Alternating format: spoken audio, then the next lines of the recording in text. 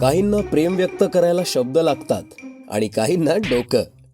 घोराडेश्वरच्या पायऱ्या चढताना पहिली शिकवण हीच मिळाली आम्हाला. प्रेमाचं रूप वेगवेगळं असतं.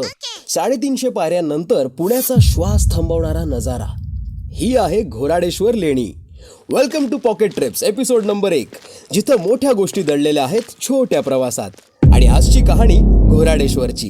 पुण्यापासून अगदी जवळ सोमाटणे फाट्याच्या शेजारी आणि टोल प्लाझा यायच्या आधीच डावीकडे शिव मल्हार हॉटेल दिसेल. तीच तुमची सुरुवात. अर्ध्या वाटेपर्यंत सहज वाटतं, पण मग सुरू होतं खडतर तरीही मजेशीर चढण.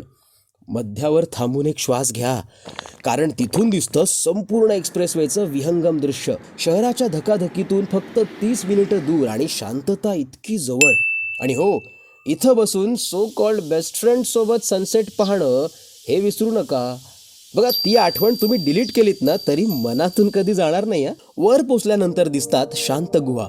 या लेण्या एकाच खडकापासून कोरलेल्या आहेत, ज्यात कधी काळी बौद्ध भिक्षू ध्यान करायचे. आणि आज तिथे घुमते शिवाची आरती. एका बाजूला इतिहासाचं शांत रूप, तर दुसऱ्या बाजूला एक्सप्रेसवेचं गजबजलेलं वर्तमान. एकाच फ्रेममध्ये 2 जग. पण तू अजून ट्रॅफिकमध्येच आहेस का?